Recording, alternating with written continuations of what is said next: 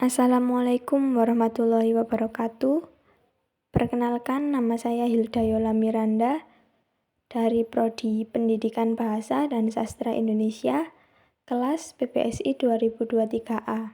Di sini saya akan sedikit menjelaskan tentang media pembelajaran yang saya buat mengenai pengembangan kecerdasan majemuk. Baik, yang pertama ada definisi dari kecerdasan majemuk. Kecerdasan majemuk atau multiple intelligence adalah konsep penilaian kecerdasan seseorang dengan melihat pada beberapa tolak ukur kemampuan. Teori kecerdasan majemuk ini pertama kali dikemukakan oleh Howard Gardner. Adalah salah satu tokoh psikolog perkembangan dan profesor pendidikan dari Graduate School of Education, Harvard University, Amerika Serikat pada tahun 1983. Sebelum itu, apakah kalian tahu ada berapa jumlah kecerdasan majemuk? Dan apa saja kecerdasan majemuk itu? Nah, jadi kecerdasan majemuk itu ada 8. Yang pertama, kecerdasan visual spasial. Kecerdasan visual spasial ini adalah kemampuan seseorang untuk berpikir secara visual, memahami, memproses, dan menyimpan informasi dalam bentuk visual dan spasial. Ciri-ciri orang dengan kecerdasan visual spasial ini, yang pertama suka menggambar dan melukis. Jadi mereka ini seringkali memiliki bakat seni dan menikmati proses kreatif dalam membuat karya visual. Yang kedua, mudah memahami peta dan diagram. Mereka dapat dengan cepat memahami hubungan spasial antara berbagai objek maupun tempat. Yang ketiga, memiliki imajinasi yang kaya. Artinya mereka seringkali bisa membayangkan seperti objek atau situasi dengan sangat detail. Yang keempat, suka bermain puzzle dan permainan konstruksi. Mereka menikmati tantangan untuk merakit atau menyusun sesuatu menjadi bentuk yang utuh. Yang terakhir, mempunyai ingatan visual yang baik. Jadi mereka dapat mengingat wajah, tempat, atau objek dengan sangat jelas. Yang kedua ada kecerdasan linguistik verbal. Kecerdasan linguistik verbal ini adalah kemampuan seseorang dalam menggunakan bahasa secara efektif, baik lisan maupun tulisan. Ciri-ciri orang dengan kecerdasan linguistik verbal yang tinggi. Itu yang pertama ada suka membaca. Jadi mereka senang menyelami dunia buku dan cerita. Yang kedua, pandai berbicara. Mereka mudah mengungkapkan pikiran dan perasaan dengan jelas dan menarik. Yang ketiga, memiliki kosakata yang luas. Jadi mereka mengenal banyak kata dan mampu menggunakannya dengan tepat. Yang keempat, suka menulis. Mereka menikmati kegiatan menulis, mulai dari membuat puisi hingga menulis cerita. Yang terakhir, mudah mengingat nama dan fakta. Artinya mereka memiliki ingatan yang baik terhadap kata-kata, nama orang, dan informasi yang lainnya. Yang ketiga ada kecerdasan logis matematika. Kecerdasan logis matematika ini adalah kecerdasan yang mengacu pada kemampuan seseorang dalam berpikir secara logis, menganalisis informasi, dan menggunakan angka. Ciri-ciri orang dengan kecerdasan logis matematika yang tinggi itu yang pertama, suka dengan angka dan matematika. Jadi mereka seringkali tertarik pada perhitungan, rumus, dan pola bilangan. Kedua, memiliki kemampuan berpikir analisis. Mereka mampu memecahkan masalah menjadi bagian-bagian yang lebih kecil dan menemukan solusi yang logis. Yang ketiga, suka dengan eksperimen dan penyelidikan. Artinya mereka senang mencari tahu bagaimana sesuatu bekerja dan melakukan percobaan. Selanjutnya, memiliki minat pada sains. Bidang seperti fisika, kimia, dan biologi seringkali menarik bagi mereka. Dan yang terakhir, suka bermain game strategi. Mereka akan menikmati permainan yang membutuhkan perencanaan dan pemecahan masalah. Yang keempat, ada kecerdasan kinestetik jasmani. Kecerdasan ini adalah kemampuan seseorang untuk belajar dan mengekspresikan diri melalui gerakan fisik. Ciri-ciri orang dengan kecerdasan kinestetik jasmani: yang pertama, suka bergerak. Mereka selalu aktif dan sulit duduk diam. Yang kedua, mempunyai koordinasi tubuh yang baik. Mereka lincah dan mahir dalam melakukan berbagai gerakan. Yang ketiga, lebih suka belajar sambil melakukan. Jadi mereka akan lebih mudah memahami konsep ketika mereka terlibat dalam aktivitas fisik. Keempat, mempunyai ketertarikan pada olahraga dan aktivitas fisik lainnya. Mereka menikmati bermain olahraga dan aktivitas fisik lainnya. Yang terakhir, mudah mengingat sesuatu melalui gerakan. Mereka dapat mengingat informasi dengan lebih baik jika mereka menghubungkannya dengan gerakan tubuh.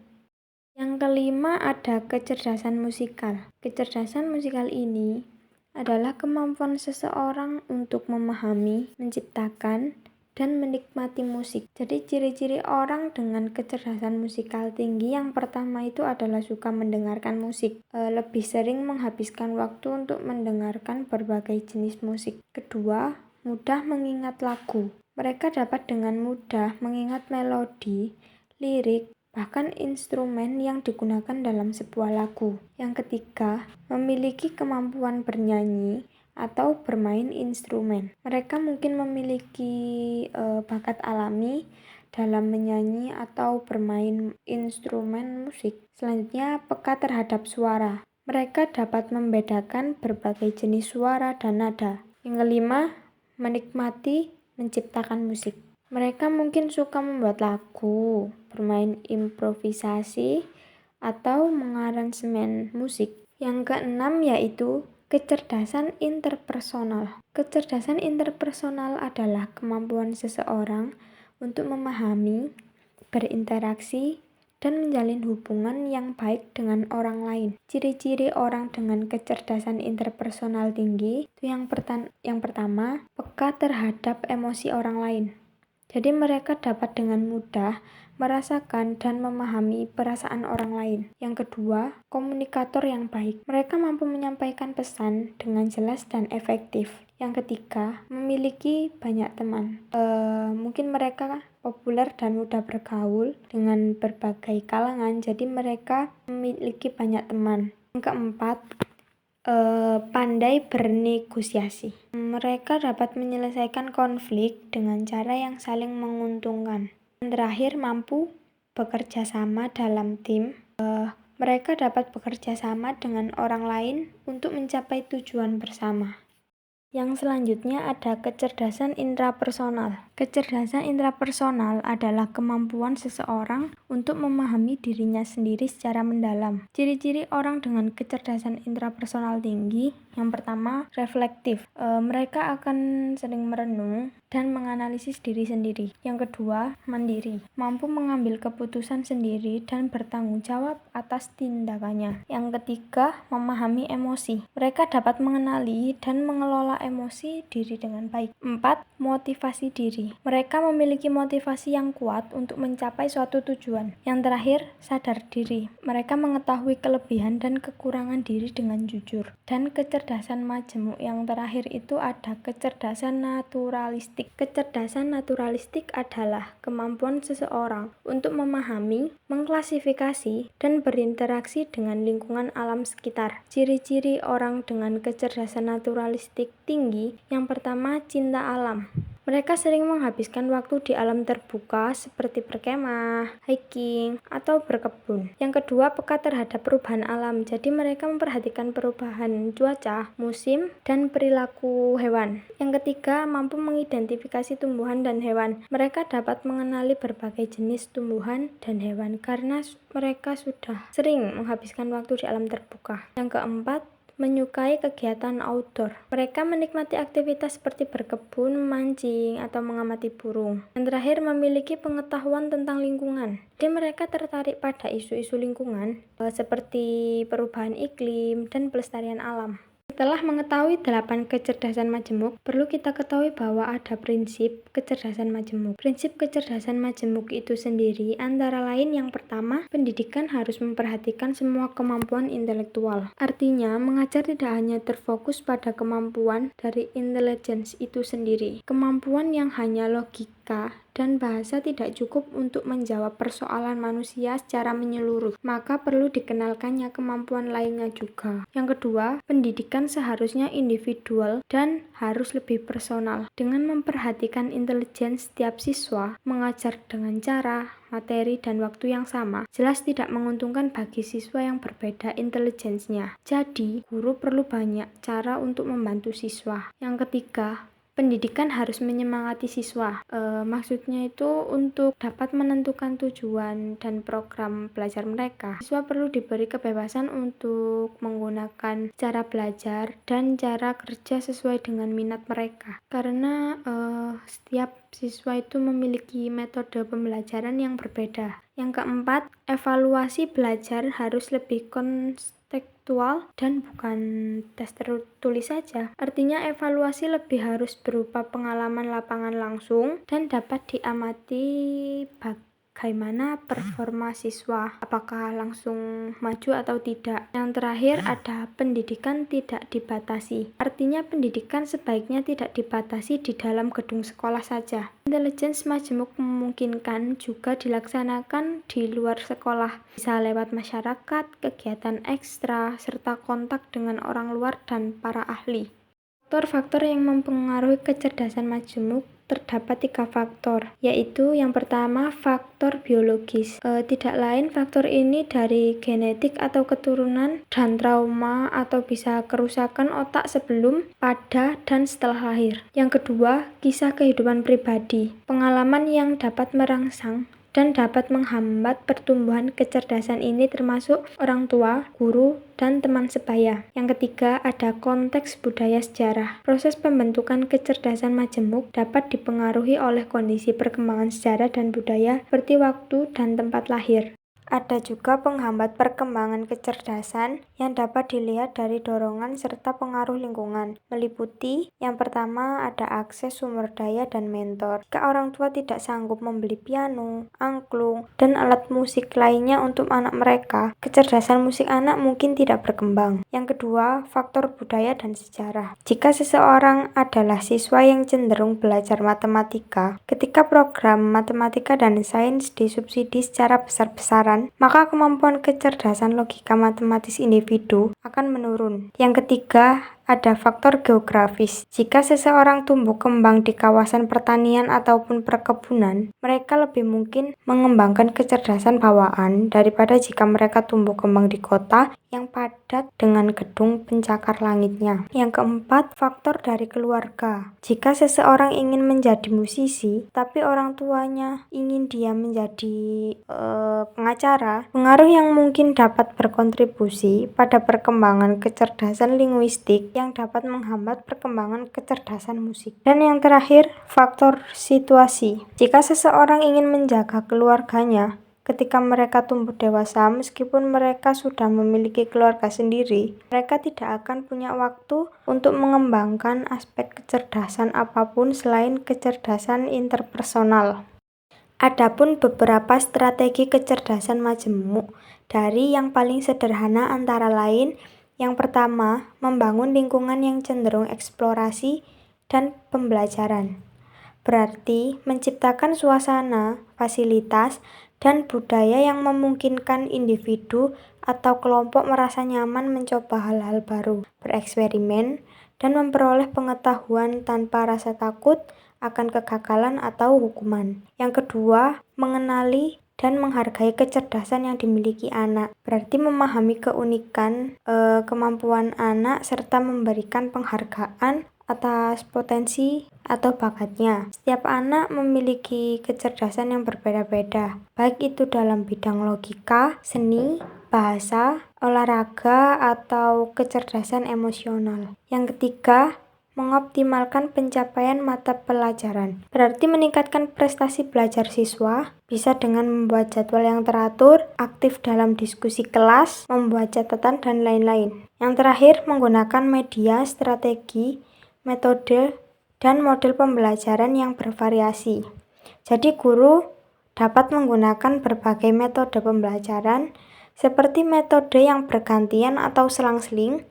Guru juga dapat menggunakan berbagai media pembelajaran seperti media yang memenuhi kebutuhan dan kemampuan siswa. Setiap strategi yang diterapkan akan berbeda dalam setiap kecerdasannya. Selanjutnya akan ada cara penerapan pengembangan strategi dalam pembelajaran. Itu yang pertama, kecerdasan visual spasial. Itu cara pengembangannya bisa dengan yang pertama, sering melatih menggambar dan mewarnai. Yang kedua, memainkan permainan yang merangsang visualisasi. Yang ketiga, mempelajari peta dan diagram secara teratur. Yang keempat, mengunjungi museum seni dan pameran. Yang kelima, menggunakan teknik mind mapping untuk belajar. Untuk kecerdasan kedua, yaitu kecerdasan linguistik verbal. Cara pengembangannya dengan cara yang pertama, membaca secara teratur. Yang kedua, menulis secara rutin. Yang ketiga, berbicara dengan orang lain. Yang keempat, belajar bahasa asing. Yang kelima, mengikuti kursus seperti menulis atau berpidato. Yang ketiga, ada kecerdasan logis matematika. Cara pengembangannya bisa dengan yang pertama, melatih kemampuan berpikir kritis. Yang kedua, mempelajari konsep matematika.